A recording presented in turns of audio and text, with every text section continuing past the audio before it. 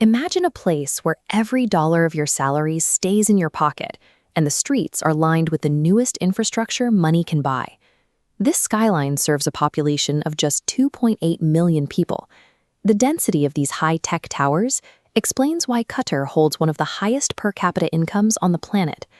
Before the 1940s, this was a modest pearl diving economy.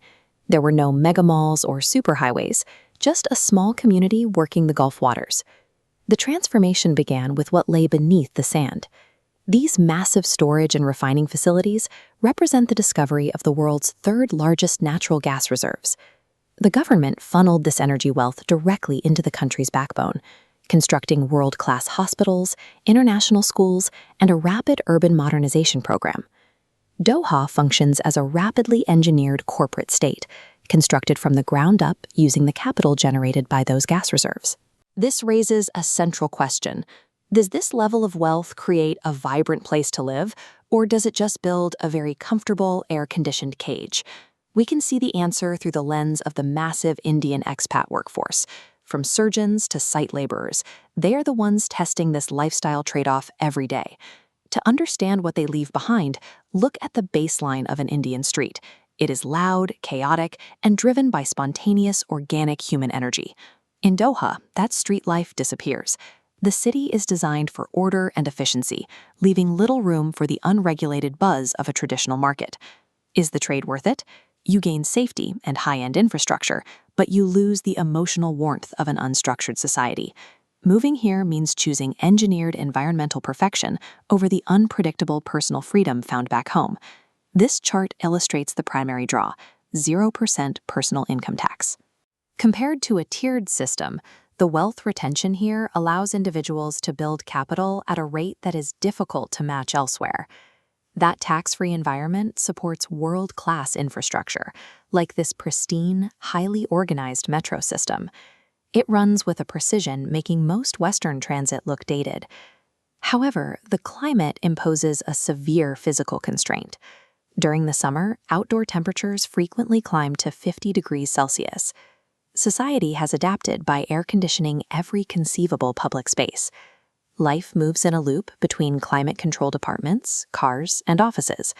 This eliminates traditional outdoor culture, as the actual air is simply too hot to breathe. So even outdoor experiences are simulated inside malls, complete with artificial skies and European-style architecture. Maintaining this indoor premium lifestyle is expensive. Much of that tax-free salary often flows right back into high-cost malls and regulated leisure activities. You also live under a set of strict local laws and social codes that further limit spontaneous or unscripted behavior in public. The financial freedom provided by the salary is balanced against the loss of outdoor freedom and the ability to live a life that isn't pre-planned. We can evaluate if Qatar offers actual culture or artificial luxury using this matrix. We'll plot landmarks based on engineering and environmental control. First, the Pearl-Qatar sits at the peak of engineered luxury. This is an artificial island built to house luxury brands and Mediterranean-style marinas. It has no historical roots. It is a high-cost, imported lifestyle experience. The Museum of Islamic Art and Katara Cultural Village plot much higher for heritage, though they remain within highly controlled environments. The museum houses thousands of years of history within a pristine, geometric shell.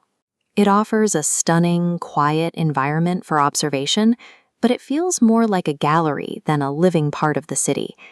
Katara Cultural Village follows a similar pattern. The brickwork is spotless, and the courtyards are highly orderly. It provides space for art and festivals, but they are strictly scheduled events rather than spontaneous occurrences. Premium cultural tourism in Qatar offers a polish rarely seen elsewhere, but it functions more as a sterile viewing gallery than a lived-in culture. Does any part of this system mirror the chaotic, organic energy of a place like India? Souq Waqif is the best candidate. It is the country's most traditional market, featuring authentic Arab architecture and traditional handicrafts. On our matrix, the souk sits at the top for authenticity, right on the edge between a controlled and exposed environment. Yet, compared to an Indian street, it lacks unscripted interactions. It is a managed space where the community energy is filtered through local regulations. In Qatar, culture is something you visit during a strictly scheduled window. But in places like India, true culture is something that happens to you completely by accident while simply walking to work. We can build a scenario matcher to identify who should move to Doha. The premium tourist is a strong match, valuing safety, comfort, and curated history. The strategic expat also matches, navigating strict rules for tax-free wealth. However, the organic explorer should completely avoid this path. If your well-being depends on spontaneous street food, unscripted community connections, and an active outdoor life, the engineered nature of the city will feel restrictive. The Matrix reveals that Qatar is a specialized tool for wealth and luxury, serving specific needs rather than acting as a universal paradise. Both Qatar and India offer unique advantages, but they cater to fundamentally different human priorities.